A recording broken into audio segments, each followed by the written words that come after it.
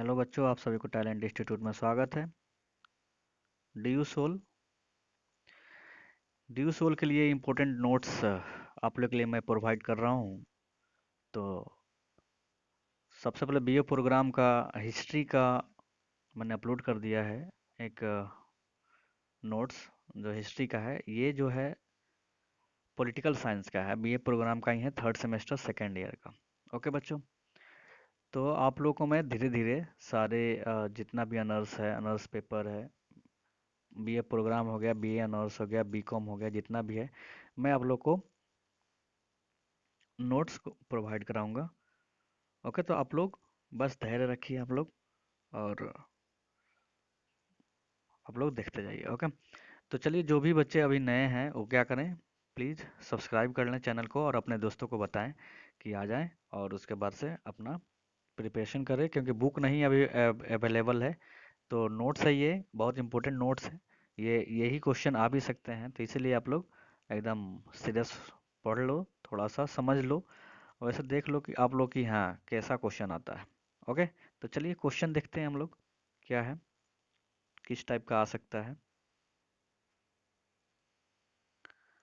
तो बच्चों देखिए, आप लोगों को ये क्वेश्चन है कि भारत में राज्य की प्रकृति के अध्ययन के लिए मार्क्सवादी उपागम की व्याख्या कीजिए, या भारतीय राज्य की प्रकृति के अध्ययन के लिए विभिन्न उपागम पर चर्चा कीजिए। भारतीय राज्य की प्रकृति अध्ययन के लिए विभिन्न दृष्टिकोण पर चर्चा करें। भारतीय भारतीय राज्य की प्रकृति क्या है। तो इसमें से कोई भी अगर आता है तो आप लोग ये इसमें से एकदम पॉइंट वाइज लिखा गया है, आप लोग पढ़िए और इसको समझ लीजिए, तो अपने आप ही भी लिख सकते हैं आप लोग, ठीक है ना। तो देखिए, आंसर है कि भारत में राज्य की अवधारणा, राज्य की उत्पत्ति एवं उसका विकास के संबंध में प्राचीन भारतीय साहित्य में सुव्यवस्थित एक क्रमबद्ध वर्णन उपलब्ध नहीं है। फिर भी इसके संबंध में यत्र तत्र विवरणों का जो उल्लेख मिलता है, उनके आधार पर हम भारत के राज्य की अवधारणा की रूपरेखा प्रस्तुत कर सकते हैं, ठीक है ना। यह तो कोई वो नहीं दे रखा है, ठीक है ना। ये अवधारणा का रूपरेखा प्रस्तुत हम लोग कर रहे हैं, कर सकते हैं, ठीक है ना। यदि प्राचीन भारतीय ग्रंथों का गहराई से अध्ययन किया जाए तो यह स्पष्ट हो जाता है कि जिस प्रकार पाश्चात्य राजनीति चिंतन क्रम में राज्य की उत्पत्ति में संबंधित अनेक मत प्रचलित है, इसी प्रकार भारतीय चिंतन क्रम में भी अनेक मत उपलब्ध है, जैसे कि यहाँ पे दिखाया गया है, पॉइंट वाइज एकदम है। आप लोग राज्य संस्था का क्रमिक विकास, विकासवादी सिद्धांत। विकासवादी क्या होता है, विकास करने की क्षमता होना चाहिए, ठीक है। समझौते का सिद्धांत, यानी समझाना किसी को, ठीक है ना, तो समझौते का सिद्धांत। दैवी उत्पत्ति का सिद्धांत, जहाँ पे देवी देवता जो भी उत्पत्ति हुआ उनका। युद्ध मूलक अर्थात शांति सिद्धांत आदि, ठीक है ना, जहाँ पे युद्ध भी हुआ, बहुत सारा युद्ध भी हुआ, फिर शांति का भी प्रस्ताव ले आ जाता है जब युद्ध बहुत गहरा हो जाता है। तो ये सारे के बारे में हम लोग पढ़ने वाले हैं। तो देखिए, राज्य की उत्पत्ति से पूर्व मानव राज्यविहीन अवस्था में था। इस अवस्था को मोर्गन सैवेजरी का नाम देता है, जबकि पुराणों में इस कृत युग के नाम से जाना जाता है। फिर है प्राचीन भारत में प्रारंभ से ही सामाजिक व्यवस्था एवं सुरक्षा को बनाए रखने के लिए राज्य की आवश्यकता को समझ गया था। ऐसी अवधारणा थी कि यदि राज्य अपराधियों का दंड नहीं देता है तो समाज में अव्यवस्था, यानी मत्स्य न्याय उत्पन्न हो जाएगी, ठीक है ना। अगर न्याय अगर अपराधियों को नहीं दिया जाएगा तो वहाँ पे क्या होगा, होल हल्ला होगा, ठीक है ना। और अच्छा से वहाँ पे नहीं चल पाएगा राज्य, ठीक है ना। उसके बाद से अगर राजदंड के डर से ही मनुष्य न्याय से मार्ग पर चलते हैं। अगर न्याय रहता है तभी तो डरता है लोग, नहीं अगर रहेगा कोई भी नियम कानून नहीं रहेगा तो क्या कोई डरेगा, नहीं डरेगा। न्याय ही उनका रक्षक है, ठीक है। हमारे जो भारत का संविधान है वो क्या है, हम लोग का रक्षा करता है, ठीक है ना।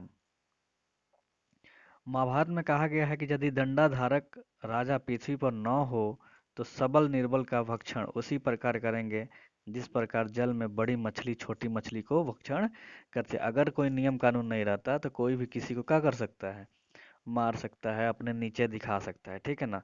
तो इसलिए नियम कानून एक देश में होना बहुत जरूरी है। ओके, कौटिल्य ने भी इस मत को पुष्टि करते हुए इसी प्रकार से विचार व्यक्त किए हैं। व्यवस्था के अभाव में मत्स्य न्याय की स्थिति उत्पन्न होती है। जैसे बड़ी मछलियाँ छोटी मछलियों की खा जाती है, वैसे ही बलवान मनुष्य निर्बलों को क्या होता है, खा जाते हैं। ठीक है ना, अभी भी ये देखने को मिलता है, बहुत लोग करता है कि आप लोग देखते हैं कि बहुत लोग क्या करता है, रिक्शे वाला को थोड़ा सा भी गलती होता है तो रिक्शा वाला को मारने लगता है, लेकिन बहुत ही गलत बात है। ओके। ऐसा नहीं होना चाहिए। फिर कह रहा है प्राचीन भारत के राज्य संस्था की उत्पत्ति। ठीक है ना, प्राचीन भारत के राज्य संस्था की उत्पत्ति। भारतीय संस्कृति धर्म प्राण है। भारत का जो संस्कृति है क्या, धर्म प्राण है, जहाँ प्रत्येक वस्तु के अस्तित्व के पीछे ईश्वर की सत्ता अथवा प्रेरणा की स्वीकार किया गया है। राज्य संस्था भी इसका अपवाद नहीं है। इसकी उत्पत्ति संबंधी परंपरागत मत इसे दैवी मानता है। ओके, इस प्रकार के विचार हमें प्राचीन साहित्य में यंत्र तंत्र प्राप्त होते हैं। तो ब्राह्मण में कहा गया है कि देवासुर संग्राम में देवता बारंबार पराजित होते होते गए। तब उन्होंने यह निष्कर्ष निकाला कि राजा के अभाव में उनकी पराजय हो रही है। अतः उन्होंने सोम को अपना राजा बनाकर उसके नेतृत्व में विजय प्राप्त की। एक अन्य स्थान पर वर्णित है कि सभी देवताओं ने मिलकर इंद्र को राजा बनाया था। महाभारत में उल्लेख मिलता है कि प्रारंभ में न राज्य था, न राजा, न दंड था, न दांडिक। ठीक है ना, ये सब बताया गया है। आप लोग महाभारत भी देखे होंगे, उसमें दिखाया गया है। लोग अपनी सहज धर्म भावना से परस्पर सुख एवं शांतिपूर्वक निवास करते थे। कालांतर में इस व्यवस्था की समाप्ति हो गई तथा लोग स्वार्थी, लोभी तथा विलासी हो गए। ठीक है ना, अब मान लीजिए कोई नियम कानून नहीं रहेगा तो क्या करेगा, लोग अपने मनमानी करेगा। समाज में घोर अराजकता फैल गई, बलवान निर्बलों को उत्पीड़ित करने लगे। अब जो भी बलवान होता था वो क्या करता था, गरीबों को, निर्धनों को, या जो कमजोर है उसको क्या करता था, अपने नीचे दबा करके रखता था। देवता भी यह देखकर घबराए तथा उन्होंने इस व्यवस्था से छुटकारा पाने का निश्चय किया। लोग ब्रह्मा जी के पास गए। ब्रह्मा जी ने यह निष्कर्ष निकाला कि मानव जाति के कल्याण के निमित्त एक आचार शास्त्र बनाकर उसे किसी राजा द्वारा कार्यान्वित कराया आवश्यक है। अतः उन्होंने एक विधान तैयार तथा मानस पुत्र बिरजस को उत्पन्न कर उसे राजा बना दिया। तो बहुत इंटरेस्टिंग है, आप लोग पॉइंट वाइज पढ़िएगा। और इसमें से अगर देख करके आप लोग को अपने से नोट्स अगर बनाते हैं तो बहुत अच्छा बात है। और आप लोग लिख सकते हैं, देख कर लिख सकते हैं कि अगर पेपर में, जब पेपर आप लोग दो तो वहाँ पे अगर आप लोग लिखे रहोगे तो आसानी से क्या कर सकते हो, वहाँ पे उस समय अपने से कर सकते हो, नहीं तो फिर वीडियो देखना पड़ेगा आप लोग को उस समय। तो देखिए बहुत लंबा हो जाएगा, एक एक करके मैं पढ़ूंगा तो आप लोग खुद से पढ़ना। और कोई अगर दिक्कत है, अगर नहीं समझ में आता है तो आप लोग कमेंट्स बॉक्स में कमेंट्स करें, तो मैं फिर समझाने की कोशिश करूँगा। ओके, ऐसा कोई हार्ड लैंग्वेज में नहीं मैंने लिखा है, बहुत इजी लैंग्वेज में है, तो आप लोग आराम से समझ जाओगे। ओके। और जितने भी अनर्स के लोग हैं, जितने भी अलग अलग अनर्स के लोग हैं, बच्चे हैं, उन सभी को मैं कोशिश करूँगा कि जल्दी से जल्दी नोट्स आप लोग को प्रोवाइड कराऊँ, ताकि आप लोग को पता चले कि कैसा क्वेश्चन आएगा और क्या है, क्योंकि बुक अभी किसी के पास नहीं है, अवेलेबल है, क्योंकि किन्हीं को मिला नहीं अभी। ओके। तो पूरा यहाँ पे है, बौद्ध ग्रंथ है, फिर संयोगवश है, महाजनमत सम्मत नामक एक योग, तथा फिर जैन ग्रंथ आदि पुराण में भी इससे मिलता जुलता विवरण प्राप्त होता है। पृथ्वी अति प्राचीन समय में भोग भूमि थी, जहाँ कल्प वृक्षों के द्वारा सभी जनों की इच्छाएं तथा आवश्यकताएं पूर्ण हो जाती थी। कालांतर में इसका अंत हुआ, अतः तथा अराजक अराजक परिस्थितियों को बोलबाला हो गया। अंततोगत्वा प्रथम तीर्थकर ऋषभ देव द्वारा व्यवस्था स्थापित की गई। ठीक है ना, प्रथम तीर्थकर कौन थे, जैन धर्म के ऋषभ देव थे। ठीक है ना, द्वारा व्यवस्था स्थापित की गई। उन्होंने राजा तथा अधिकारियों की सृष्टि की। कौटिल्य के अर्थशास्त्र में भी राजा की दैवीय उत्पत्ति की ओर प्रसंगत संकेत किया गया है। प्रथम अधिकरण के 13वें अध्याय में दो, यहाँ पे सब कुछ बताया गया। ठीक है ना। तो आप लोग खुद से पढ़ना, एकदम पॉइंट वाइज मैंने बना करके लिखा है। बहुत मज़ा आने वाला है आप लोगों को। पॉइंट वाइज एकदम पढ़िए, समझिए, ठीक है, क्या रटना भी नहीं है, पढ़ना है आप लोगों को। प्रजा ने स्वतः यह विधान भी बनाया कि राजा प्रजा से कर प्राप्त करेगा, ठीक है ना। प्रजा ने स्वतः यह विधान भी बनाया कि राजा जो है प्रजा से क्या प्राप्त करेगा, कर प्राप्त करेगा, ठीक है ना। कर मतलब समझते हैं ना, टैक्स। राजा इंद्र और यम का प्रतिनिधि होता है। राजा इंद्र और यम का प्रतिनिधि होता है। मनुस्मृति में भी राज्य अथवा राजा की दैवी उत्पत्ति का विवरण दिया गया है। इसके अनुसार इस संसार को बिना राजा के होने पर, बलवानों के डर से प्रजा के इधर उधर भागने पर, संपूर्ण चराचर की रक्षा के लिए ईश्वर ने राजा की सृष्टि की। देखिए, राजा अगर नहीं रहेगा या कोई देख रेख करने वाला नहीं रहेगा आम जनता को, तो कैसे होगा। अपने देश में देखते हैं कि अपना राष्ट्रपति है, प्रधानमंत्री है, जो कि देखता है लोग, ठीक है ना। नेता लोग हैं जो कि आजकल के भगवान हैं, राजा हैं, कुछ भी करें अपने मनमानी करते रहते हैं। तो यहाँ पे देखिए, प्राचीन भारत के राज्य को का स्वरूप प्राचीन भारतीय विचारकों की राज्य विषयक अवधारणा से स्पष्ट है कि इसे एक जनहितकारी संस्था मानते थे, जिसका आविर्भाव प्रजा के भौतिक तथा नैतिक उन्नति के लिए हुआ था, ठीक है ना। सॉरी, ये कहाँ गया, देखिए फिर, हाँ यहीं पे थे।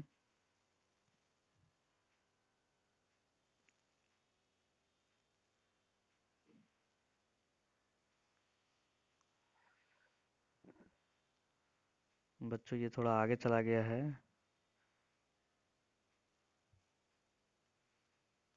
कहाँ पढ़ रहे थे, हाँ यहीं पे था, यहीं से थोड़ा सा गड़बड़ हुआ था। यहाँ पे देखिए, प्राचीन भारत के राज्य का स्वरूप प्राचीन भारतीय विचारकों के राज्य विषयक अवधारणा से स्पष्ट है कि वे इसे एक जनहितकारी संस्था मानते थे, ठीक है ना। वो आगे लिखते हैं,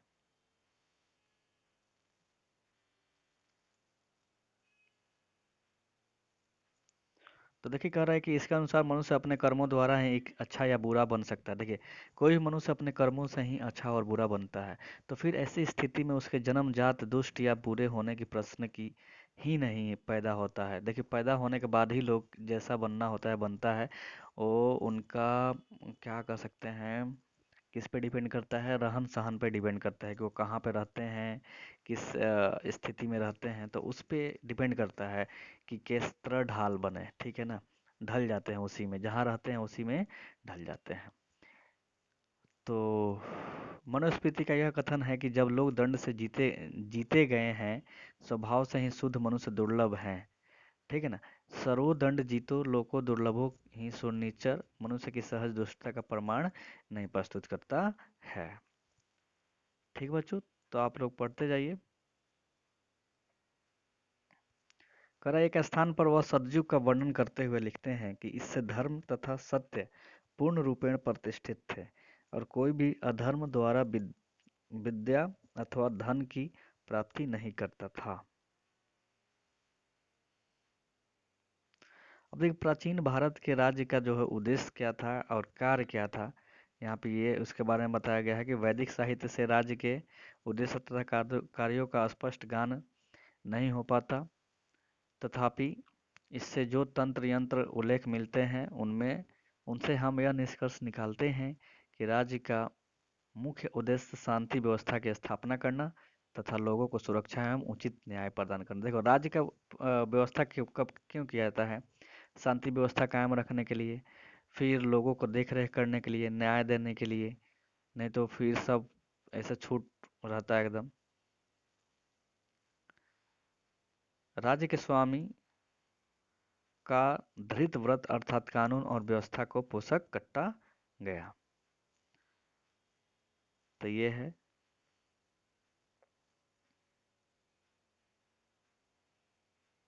धर्म के संवर्धक के रूप में शासक सभी धर्म एवं संप्रदायों का सम्मान करता था एवं उनके विकास में सहायता प्रदान करता था।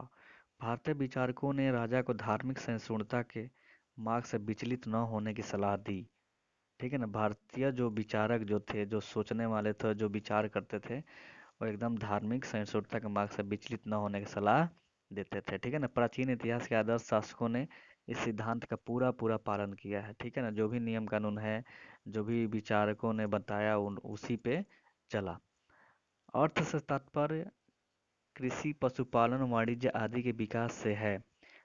देखो, अर्थव्यवस्था, अर्थव्यवस्था का तात्पर्य किससे है? कृषि, पशुपालन, वाणिज्य, वाणिज्य मतलब होता है बिजनेस, आदि के विकास से है, जिसे संयुक्त रूप से वार्ता कहा गया है।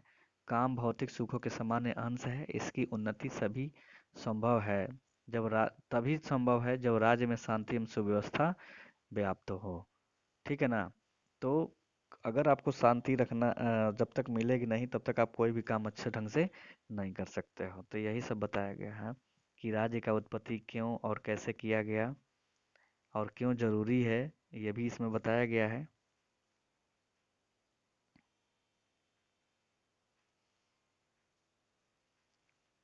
ओके।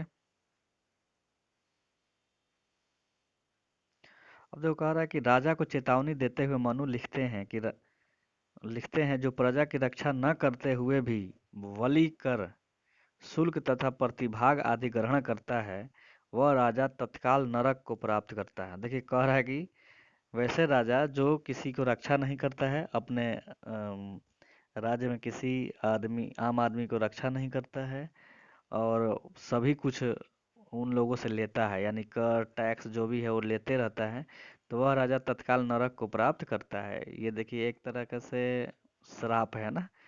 ये हम लोग बोलते हैं ना, जाओ जाओ नरक प्राप्त करेगा, तो इसी वैसे यहाँ पे बताया, मनु जो है, लेखक जो है वो लिखते हैं। उसके बाद से कह रहा है, इस प्रकार राजा पालन, प्रजा पालन तथा रक्षण हिंदू राज शासन का मुख्य तत्व है। सामाजिक कार्य, आर्थिक कार्य, नैतिक तथा धार्मिक कार्य, ये सब देखिए सामाजिक कार्य करते हैं, आर्थिक कार्य करना चाहिए, और नैतिक तथा धार्मिक कार्य करना चाहिए। प्राचीन भारत के राज्य के प्रकार, ठीक है ना, प्राचीन भारत के राज्य का प्रकार कैसा है? देखिए, प्राचीन भारत में सामंतय राजतंत्र का ही प्रचलन था, जिसके शासन सत्ता एवं वंशानुगत राजा के हाथ में होती थी। देखिए, राज पहले क्या था, राजा था लोग, ठीक है ना, उसके बेटा, उसके बेटा, उसके बेटा, यानी वंशानुगत चलता था, वंशा। जैसे कि बहुत सारा राजनीतिक पार्टी भी है जो कि वो किसी को मुख्यमंत्री नहीं बनाएगा, किसी को प्रधानमंत्री नहीं बनाएगा, सिर्फ अपने ही बनना चाहेगा। अगर किसी को बनाता भी है तो अपने हैंडल में रखना चाहता है, तो वंशानुगत नहीं होना चाहिए। ठीक है ना, तो पहले लेकिन राजा का जो होता था, राजा में क्या करता था, वो उसके बेटा ही बनता था। ठीक है ना, दूसरा कोई नहीं बनता था। ऑप्शनल में कोई बन जाता था, जैसे कि किसी राजा का अगर संतान नहीं है, तो उस समय किसी दूसरे को बनाया जाता था। तो ये गण अथवा संघ राज्य, इसमें शासन सूत्र एवं आनुवंशिक राजा के हाथ में न होकर गण अथवा संघ के हाथ में होता था। ठीक है ना, प्राचीन साहित्य में, तो देखो गण अथवा संघ राज्य में क्या होता था कि इसमें शासन सूत्र जो था वो राजा के हाथ में न होकर के किसके हाथ में था, गण तथा संघ के हाथ में होता था। प्राचीन साहित्य में इस प्रकार के राज्य को वैराज्य की संज्ञा प्रदान की गई है। सिकंदर के आक्रमण के समय सिंध तथा पंजाब तथा बुद्ध काल में गंगा घाटी के मैदान में कई गणराज्य विद्यमान थे। ठीक है, इनमें मालव, अर्जुन नायन, लिच्छवी, मद्रक, शाक्य, मौर्य आदि विशेष रूप से है। उल्लेखनीय है इसका शासन एक केंद्रीय समिति अथवा संस्थागार के माध्यम से संचालित होता था। ठीक है ना, दैवराज्य, ठीक है ना, दैवराज्य क्या है? इससे तात्पर्य उस राज्य से है जिसमें एक ही साथ दो राजाओं का शासन होता था। द्वय राज्य मतलब क्या होता है? ऐसा राज्य जिसमें एक ही साथ दो दो राजा होते थे। ठीक है ना, यूनान के नगर स्पार्टा में इस प्रकार का शासन था। यूनानी लेखकों के विवरण से पता चलता है कि सिकंदर के भारत आक्रमण के समय पाटल में इस प्रकार का शासन तंत्र प्रचलित था। ठीक है ना, जहाँ पे दो दो राजा होते हैं उसको बोलते हैं दैवराज्य।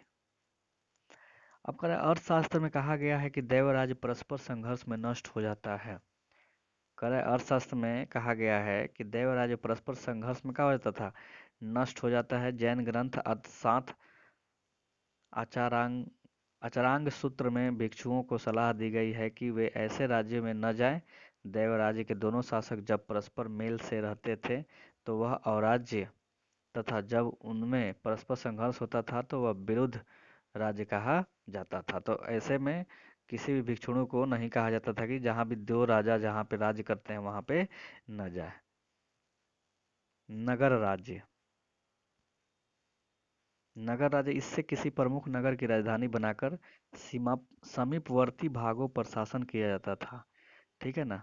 ऐसे राज्य को प्रचलन प्राचीन यूनान में अधिक था। यूनानी लेखों के विवरण से सूचित होता है कि सिकंदर के आक्रमण के समय पश्चिमोत्तर भारत में भी कुछ राज्य उसी प्रकार के थे। तो देखिए यहाँ पे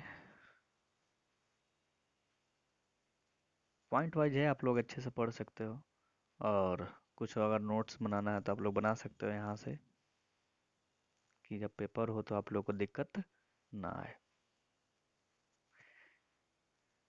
संघीय तथा संयुक्त राज्य। प्राचीन भारत में संघीय अथवा सम्मिलित राज्यों के अस्तित्व के भी प्रमाण मिलते हैं। उत्तर वैदिक युग में कुरु पचाल राज्यों का एक संघ था। सिकंदर के आक्रमण के समय पंजाब में मालव तथा क्षुद्रक गणों का संघ राज्य था। ठीक है ना, ये उस समय का राज्य था। जैन धन जैन धर्मों से पता चलता है, या जैन धंधों से पता चलता है कि लिच्छवी प्रमुख चेटक ने मगध राज अजातशत्रु का सामना करने के लिए 9 लिच्छवियों, 9 मल्लों तथा कच्ची नेशनल के 18 राजाओं का संघ स्थापित किया था। संघीय राज्य की शासन पद्धति के विषय में हमें ज्ञात नहीं है। संभवतः समान शक्तिशाली शत्रु का सामना करने के उद्देश्य से इस प्रकार का राज्य संगठित होते थे। ओके।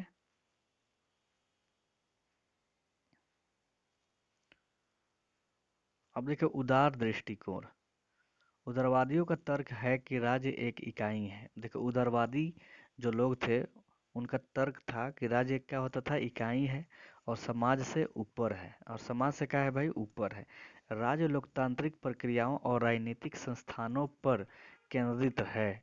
बहुलवादी पैनलिस्टों का सुझाव है कि राज्य उन व्यक्तियों के निर्माण पर केंद्रित है जो समाज बनाते हैं और जिनमें शक्ति है।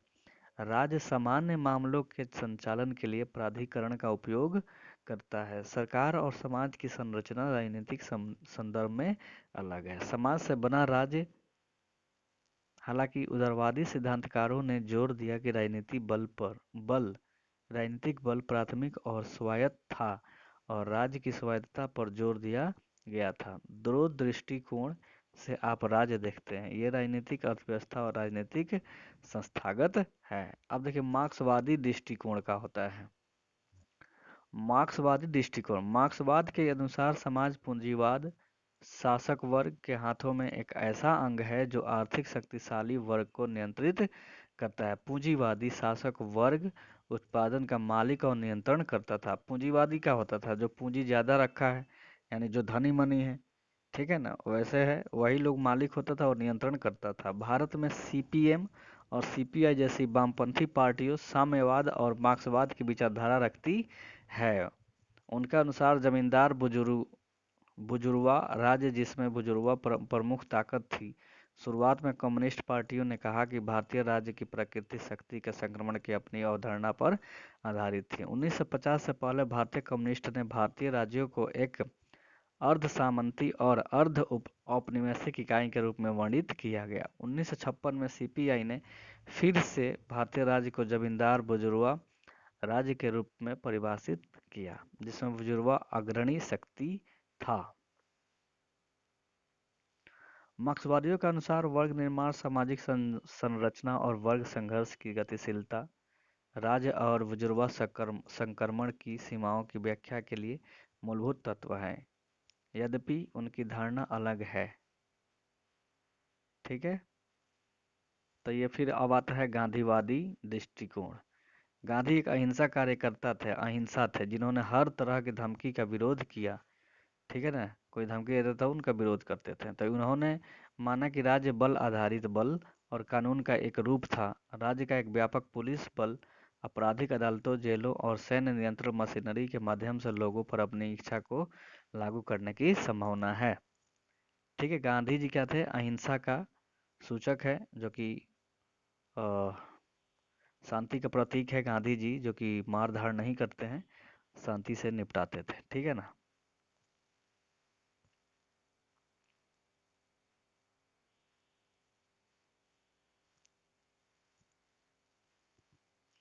गांधी जी के अनुसार व्यक्ति आत्मा से पैदा होता है। ठीक है ना, गांधी जी के अनुसार कहा गया है कि व्यक्ति जो है आत्मा से पैदा होता है, लेकिन राज्य मशीन है जो कि स्मृतिहीन है। राज्यों के कार्य मनुष्य के लिए सहानुभूति से अक्षम है।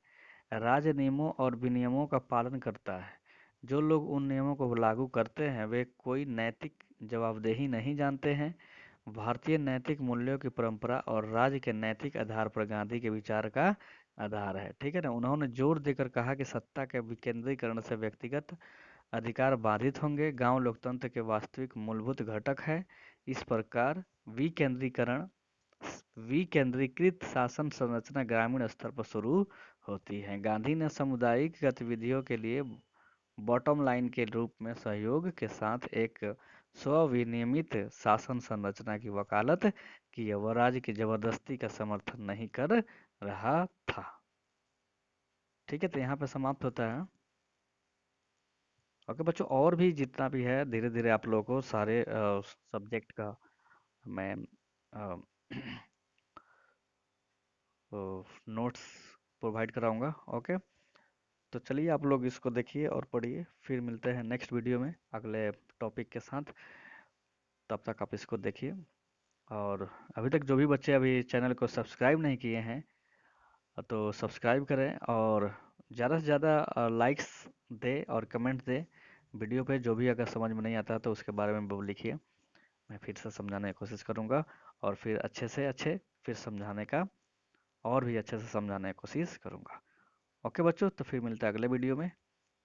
Okay, thank you so much.